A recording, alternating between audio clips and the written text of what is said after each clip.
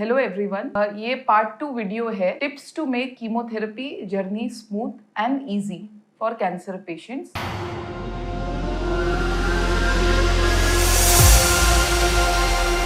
पहले वीडियो में तो हमने डिस्कस किया कि हमें कीमोथेरेपी जिस दिन स्टार्ट करनी है उससे पहले हमें क्या क्या प्रिकॉशंस लेने चाहिए।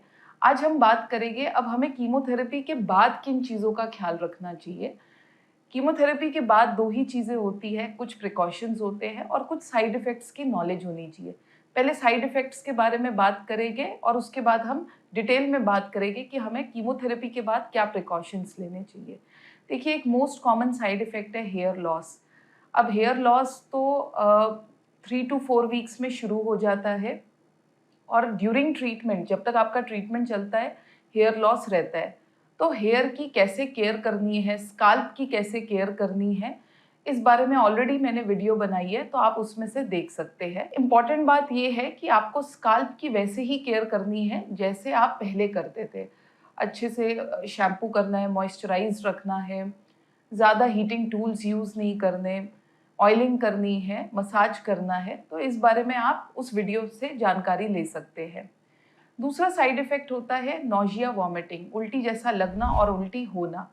ये भी एक कॉमन साइड इफ़ेक्ट है, बट आजकल क्या है कि हम कीमोथेरेपी देने से पहले 3 से 4 मेडिकेशंस देते हैं आईवी के द्वारा, तो जिसकी वजह से आपको इसकी जो प्रोबेबिलिटी है काफ़ी कम हो जाती है, क्योंकि बहुत अच्छे प्रोटोकॉल्स आ चुके हैं जिसमें हम कीमोथेरेपी से पहले ही मेडिसिन एडमिनिस्टर कर देते हैं ताकि आपको ये साइड इफेक्ट ना हो जब आप घर जाओ। एंड इसके लिए एक और चीज़ भी है कि जब आपका ट्रीटमेंट हो जाता है, जब कीमोथेरेपी ओवर हो जाती है, तो नेक्स्ट डे से हम कुछ टैबलेट्स भी शुरू करते हैं 2 या 3 दिन के लिए, जिससे और प्रोबेबिलिटी कम हो जाती है नॉजिया और वॉमिटिंग की। एक टिप दूंगी कि लेमन एंड जिंजर टी ले सकते हैं, ये नॉजिया में बहुत हेल्प करता है। नेक्स्ट एक साइड इफेक्ट होता है कि हाथों पैरों में झुंझुनाहट हो जाती है, जैसे सुई चुभती है वैसा दर्द होता है, जलन होती है, जिसे हम न्यूरोपैथी कहते हैं। ये बहुत ही कॉमन साइड इफेक्ट है कीमोथेरेपी का, बट घबराइए नहीं, इसकी भी मेडिसिन अवेलेबल है और ये ट्रीटेबल है। इम्पॉर्टेंट ये है इसको टाइमली डायग्नोसिस करना है, इसको टाइमली पता लगाना है और ट्रीटमेंट प्रॉम्प्टली स्टार्ट करना है। काफ़ी सारी हाथों की और पैरों की एक्सरसाइजेज है जिससे आपका न्यूरोपैथी कम हो सकता है। कुछ मसाज है वो कर सकते हैं। स्ट्रेस कम होगा तो न्यूरोपैथी कम होती है। तो ये एक तरह की ट्रीटेबल साइड इफेक्ट है जिसको मेडिसिन, मसाज, एक्सरसाइज और कम स्ट्रेस लेने से हम दूर कर सकते हैं। फिर एक और इम्पॉर्टेंट बात है, टेस्ट चला जाता है ग्रेजुअली और टेस्ट काफ़ी ब्लैंड हो जाता है और स्पाइसी फूड के लिए हमें ज़्यादा सेंसिटिविटी है, मतलब मिर्ची का टेस्ट बहुत ज़्यादा मिर्ची लगती है और थोड़ा सा स्वीट टूथ रह जाता है, मतलब मीठी चीज़ें अच्छी लगती है, मीठा टेस्ट रहता है। तो इस दौरान क्या है कि एक टिप मैं आपको दूंगी कि इसके बारे में हम डिटेल वीडियो बनाएंगे, बट एक छोटी सी टिप ये है कि लेमन, जिंजर और काला नमक के यूज से आपका टेस्ट वापस आ सकता है या थोड़ी बहुत इसमें आपको मदद मिल सकती है। काफी अच्छी जिंजर और लेमन टी भी आप बना सकते हैं जिससे आपको टेस्ट में आराम आए। अपने टेस्ट बड को डिफरेंट टेस्ट से एक्सपोज करेंगे तो टेस्ट वापस आ जाता है। नेक्स्ट एक प्रॉब्लम ये होती है कि स्किन, हेयर और नेल चेंजेस होते हैं। हेयर के बारे में ऑलरेडी बता चुकी हूँ। स्किन और नेल्स थोड़े काले पड़ जाते हैं, ड्राई हो जाते हैं, इसके बारे में भी मैंने डिटेल में वीडियो में बात की है।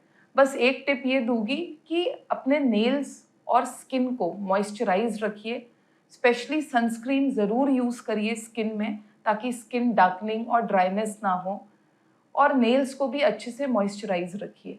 एक और प्रॉब्लम होती है कि कीमोथेरेपी से ना नोज के बाल चले जाते हैं कीमोथेरेपी से, जिससे नाक की सेंसिटिविटी काफ़ी बढ़ जाती है।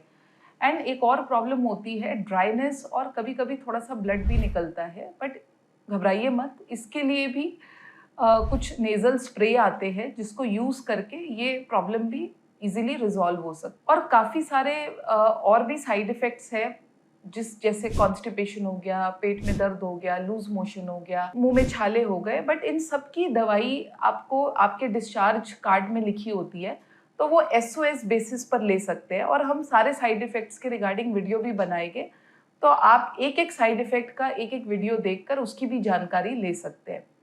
अब हम बात करते हैं कि अब भाई कीमोथेरेपी आज खत्म हो गई है, अब हमें क्या प्रिकॉशंस लेने चाहिए, क्या हमें करना चाहिए। हाइजीन बहुत इंपॉर्टेंट है, साफ सफाई बहुत ज़रूरी है मेंटेन करना।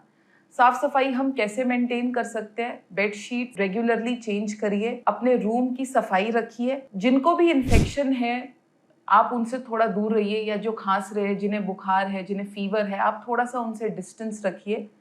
ज़्यादा ओवर क्राउडेड प्लेस में मत जाइए। अगर आप बाहर जाते हैं तो हैंड सैनिटाइज़र ज़रूर कैरी करिए, प्लस मास्क लगाइए ताकि आप इन्फेक्शन से बच सकते हैं। पेट्स की हैंडलिंग भी कम करिए, क्योंकि घर में पेट्स होते हैं तो उनसे भी इन्फेक्शन एक्वायर होता है, तो थोड़ा सा उनकी भी हैंडलिंग आप कम रखिए। दूसरा कंपोनेंट होता है साफ पानी और साफ खाना खाना। अब साफ खाना खाने का ये मतलब है कि फ्रेश खाना खाना है, जो जब खाना बना है उसी टाइम गरम गरम खाना खाइए। कोई भी पड़ा हुआ खाना जो फ्रिज के बाहर पड़ा है लंबे टाइम से, प्लीज़ वो मत खाइए, क्योंकि चांसेस है कि पेट बहुत जल्दी खराब हो सकता है, क्योंकि कीमोथेरेपी में थोड़ी सी इम्यूनिटी कॉम्प्रोमाइज़ हो जाती है। रॉ फूड अवॉइड करिए। रॉ फूड का सिंपल मतलब ये है कि जिस भी फ्रूट को या वेजिटेबल को आप पील करके नहीं खा सकते, जैसे ग्रेप्स हो गए, स्ट्रॉबेरी हो गई, इन सबको आप पील नहीं कर सकते, आपको छिलके समेत खाना होगा। तो छिलके में इनके जो आउटर कवरिंग है उसमें ये एक तरह का इन्फेक्शन का सोर्स है, तो आप बस उसे ध्यान में रखिए। एंड एक बहुत इंपॉर्टेंट बात ये है कि वेल बैलेंस्ड डाइट लीजिए। अगर भूख नहीं लग रही तो लार्ज प्लेट ऑफ मील को अवॉइड करिए, स्मॉल फ्रीक्वेंट मील्स लीजिए। स्मॉल फ्रीक्वेंट मील लेने से आप अपनी डाइट मेंटेन कर सकते हैं, प्लस आप अपनी भूख को भी मेंटेन कर सकते हैं, क्योंकि अगर भूख नहीं लग रही और बहुत बड़ी प्लेट में खाना आ गया है तो वैसी खाने की इच्छा कम हो जाएगी। एंड कोशिश करिए कि आप अपने खाने में प्रोटीन का सोर्स ज़रूर इंक्लूड करिए, क्योंकि प्रोटीन हील करता है, रिपेयर करता है, और कीमोथेरेपी के साइड इफ़ेक्ट्स भी उससे कम होते हैं। तो कोई भी प्रोटीन सोर्स, जैसे एग हो गया, नॉनवेज हो गया, प्लांट बेस्ड प्रोटीन हो गए, चिकपीस, लेंटिल, ओवरनाइट ओट्स हो गए, टोफू हो गया, पनीर हो गया, तो आप इन सब सोर्सेज को अपनी डाइट में इंक्लूड कर सकते हैं। प्लस एक और इम्पॉर्टेंट बात है कि हेल्दी फैट्स को इंक्लूड करिए। हेल्दी फैट्स मतलब ओमेगा 3-6 फैटी एसिड्स, ये मैंने अपनी दूसरी वीडियोस में भी बताया है। इन फैट्स की वजह से क्या होता है, आपको फैटी एसिड्स मिलती है, विटामिन ई मिलता है, एंड इससे आपकी इम्यूनिटी भी बूस्ट होती है, और ये एक बहुत पावरफुल एंटीऑक्सीडेंट है जिससे आपके साइड इफेक्ट में मदद मिलती है, साइड इफेक्ट्स थोड़े कम हो जाते हैं। अब एक और प्रॉब्लम है कि मुंह में छाले होने की वजह से, उल्टी आने की वजह से, पेट खराब होने की वजह से, जो काफी कॉमन साइड इफेक्ट्स है कीमोथेरेपी के, आपकी भूख कम हो जाती है। और इसमें आपको एक चीज़ का ये ध्यान रखना है कि कुछ आप स्मूदीज़ भी बना सकते हैं। स्मूदीज़ का क्या मतलब है कि 1 या 2 पार्ट लिक्विड या मिल्क ले लिया या वाटर ले लिया या कुछ भी, उसमें आप 2 से 3 सर्विंग वेजिटेबल या फ्रूट्स की ऐड कर सकते हो। 1 स्कूप प्रोटीन और 1 स्कूप फैट का इंक्लूड करके एक अपनी स्मूदी बना सकते हो। Yoghurt based, curd based smoothies होती है जिसमें प्रोटीन भी होता है। ये बहुत लाइट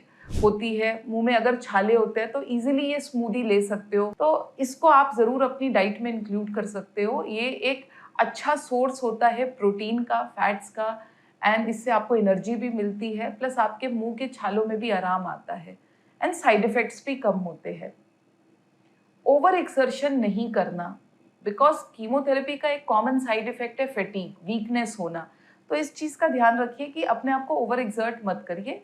आप वॉक कर सकते हैं, बिल्कुल आप एक्सरसाइज भी कर सकते हैं, बट उतनी करिए जितनी आप इजीली टॉलरेट कर सकते हैं। ओवर मत करिए, क्योंकि उससे आपको ही बहुत ज़्यादा प्रॉब्लम होगी, आपको वीकनेस बढ़ेगी।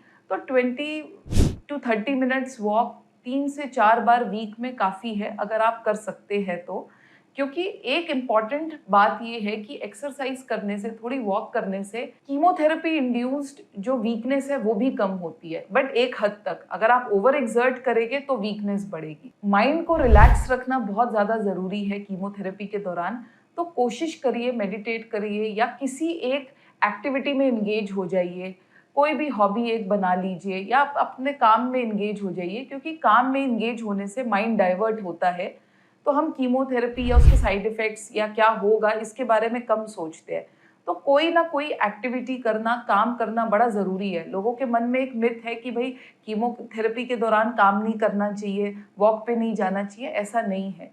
ये एक्टिविटीज़ करने से वीकनेस कम होती है, ये एक्टिविटीज़ करने से माइंड रिलैक्स होता है एंड इस बारे में आप कम सोचते हैं।